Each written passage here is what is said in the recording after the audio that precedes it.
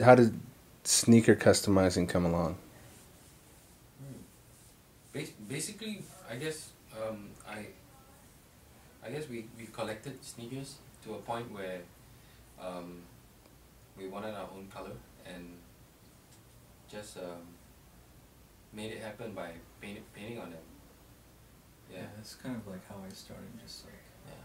from collecting shoes and just like trying to get different colors that weren't available commercially, and just like coming up with a way that, you know, to paint on the shoe and it would stay on after you wear it. Yeah. I mean, that's how it really started. I remember collecting back then when there were no like replica models, and we were collecting like originals. So like an original Dunk in a, say, Michigan colorway would cost like over $1,000, and we couldn't afford that, and we bought like plain white Nike Legends that are made in like 1982, and they were very affordable. So, but we wanted them like in like the special color, so I painted them to look like a specific color that we couldn't afford, and yeah, that's how it all started for me. Same with you, Meth? For me, it's just more just like painting colors that, you know, that you couldn't get, you know, or just were different that you would normally see. Just original. Yeah. Now, back in the I guess, I don't know, mid-90s, you know, kind of right before sneaker kind of blew up and people were paying that stuff. Were you guys always Nike heads, or? I grew up mostly with Nike, like chasing after Jordans, because I never actually got a pair of Jordans when I was really young. And like the first pair that I really wanted were the Jordan 3s, and those were like kind of like my holy grail since I was a kid. But yeah. Can't go wrong with Jordan 3s. Yeah, I can't go wrong with Jordan 3s. Mine was Jordan 6.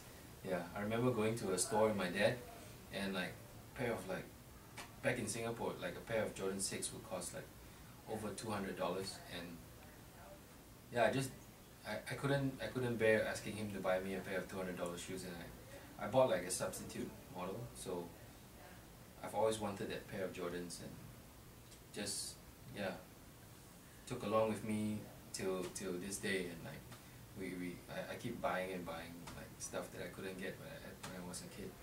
Now, you both have shoes with DC. Yeah. Meth, yours came out, I guess, beforehand. How did that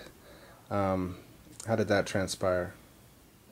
DC had first contacted me this several years ago, and at the time, like, they were merging with Quicksilver, so it was like a little bit, you know, it was like a lot of changing of hands and a lot of kind of like the project kind of like fell through the cracks a little bit.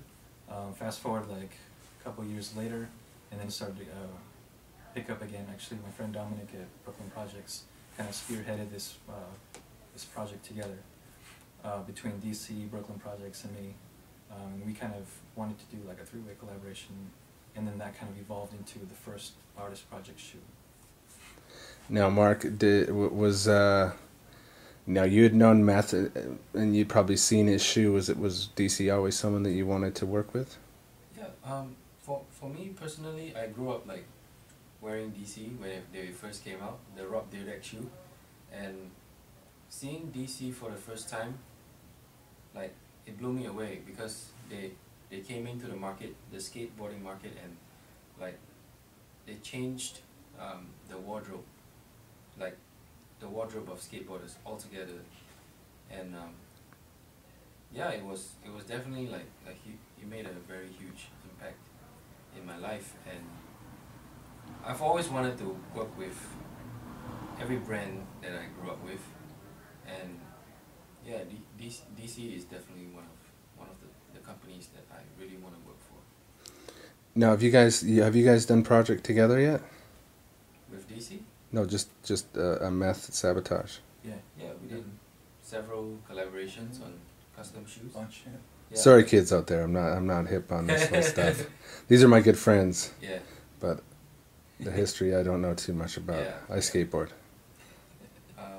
Yeah, we did a bunch. We did first series was called Divide and Conquer, and then the second one was Skulls of Saigon. Did we do one before that? When we first I know started we were kind of like experimenting a lot on like the music that we are influenced by, like Metallica and Pantera and thrash metal. So yeah, we just explore that kind of like look and attitude into the shoes that Yeah. we create. Because when I think of thrash metal, I think of you two. Yeah. But yeah, it was good times, man. It was fun painting in Singapore together at my dad's kitchen. Yeah.